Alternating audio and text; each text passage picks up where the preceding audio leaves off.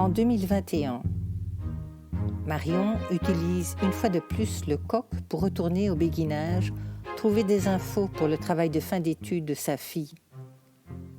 Bizarrement, après avoir frotté l'ustensile sur son pantalon, elle se réveille dans son propre corps et, apercevant son compagnon encore endormi à ses côtés, elle pense dans un premier temps que la machine à remonter le temps n'a pas fonctionné cette fois.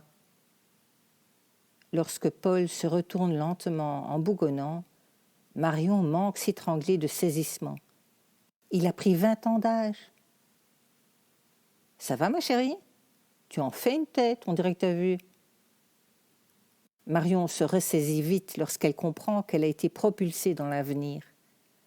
Elle détourne l'attention de son ami et agit comme si de rien n'était. Passionnée, elle découvre un mode de vie sain, en communauté diversifiée, engagée et unie. Une société solidaire où les personnes aisées continuent de payer pour des services, des artisans, etc., et où les moins nantis bénéficient d'un système d'échange bien huilé. Une personne ayant des problèmes de dos peut héler un commis dans la rue et le charger de porter ses courses en échange d'un petit billet. Ou il suffit de descendre dans la rue, voire de chercher dans les rues voisines quel commis est disponible pour venir déplacer un meuble. Une société où il est tout naturel d'aller demander de l'aide aux voisins ou à n'importe quel jeune qui traîne, parce qu'on a supprimé la peur de l'inconnu, la peur de l'étranger. Le marché de l'emploi n'ayant pas suivi l'explosion démographique, il n'y a de toute façon pas assez de postes pour la population active. Il est donc facile de trouver l'échange qui nous convienne le mieux. Il suffit de demander au premier venu ce dont il a besoin. Une écharpe pour l'hiver, un sac à dos, un ticket de métro, un bon de réduction dans telle enseigne, une heure de conversation néerlandaise, etc. Cette économie réalisée sur des petites tâches de plomberie, maçonnerie, peinture, tapisserie, etc., permet de vivre aisément avec moins de revenus qu'avant. Un frigo solidaire que l'on trouve presque littéralement à tous les coins de rue achève de garantir une certaine aisance pour tous.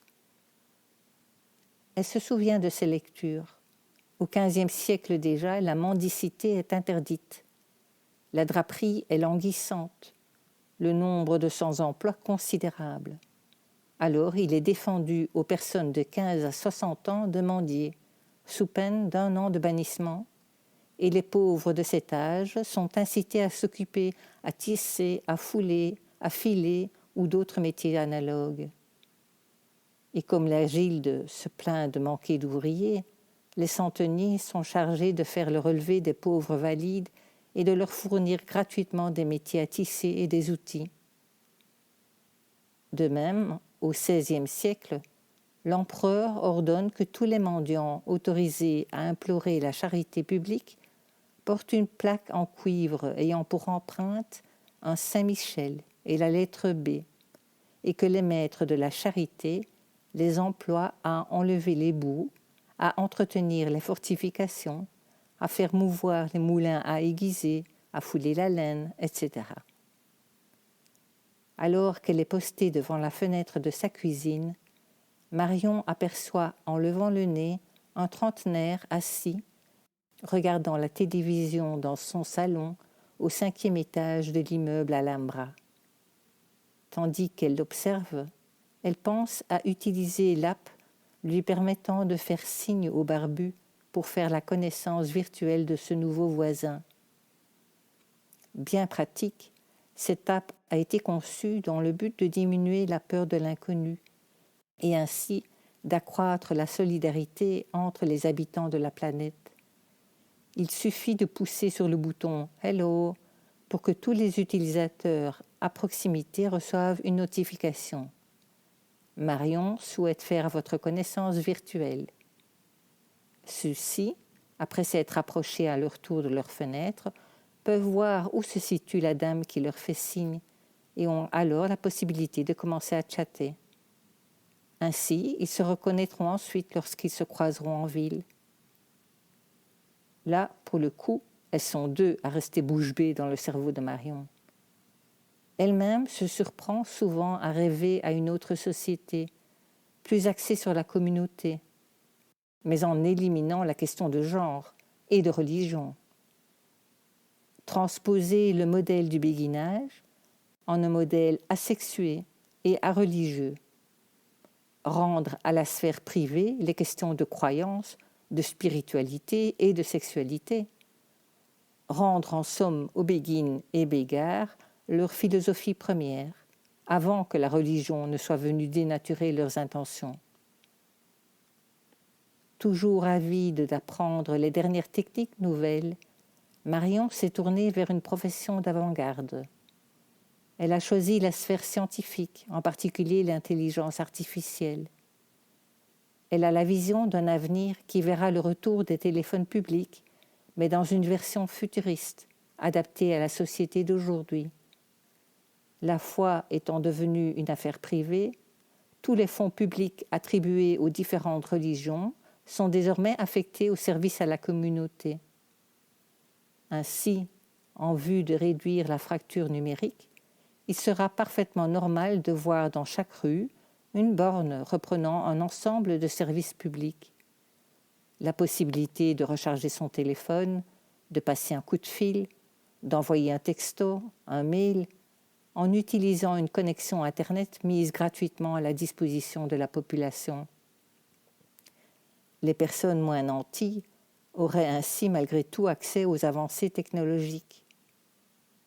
L'intelligence artificielle déduit l'état émotionnel de la personne en face de la caméra en détectant ses paramètres vitaux, température, fréquence cardiaque, et en décodant ses traits et ses réactions faciales. Elle passe en revue toutes les langues jusqu'à trouver celle que parle le passant, demande à la personne si elle souhaite être mise en communication avec un service médical, une administration, un office du tourisme. Tous les services publics payants, comme les transports, comportent un passage gratuit pour ceux qui n'ont pas les moyens de payer. Les autres payent avec plaisir, conscients que c'est dans leur intérêt de vivre dans une société épanouie, que c'est dans leur intérêt de veiller à ceux des autres. Les jeunes sont éduqués depuis leur plus jeune âge au civisme et à la solidarité de la communauté. Ils sont d'ailleurs protégés eux-mêmes par la société dès leur plus jeune âge. Il faut une ville pour éduquer un enfant, disent les Japonais, qui envoient leurs bambins faire des courses seuls dès l'âge de 3 ans, confiants que le monde extérieur veillera sur leurs petits. Les transports en commun sont équipés de systèmes intelligents, connaissant en temps réel le nombre de passagers et n'acceptant donc en station que le nombre exact de personnes autorisées à accéder au quai.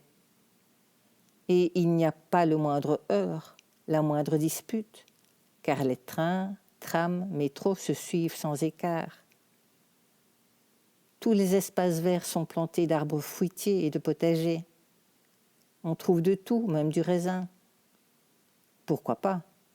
Au XIIIe siècle, au dehors de la première enceinte, ce n'était que prairies, jardins, vergers et vignes. Lorsque Marion reprend conscience, elle va trouver Hélène dans sa chambre. « Tu sais de quoi j'ai rêvé? Que j'étais propulsée dans le futur. » « Oh, ça m'arrive souvent à moi aussi, même sans dormir. Parfois, je m'interroge sur ce que je devrais faire comme métier. J'ai le sentiment que, quoi que je choisisse, mon diplôme ne me donnera pas la garantie de trouver un emploi. Oui, c'est vrai, c'est tout à fait possible. Où se trouve l'avenir?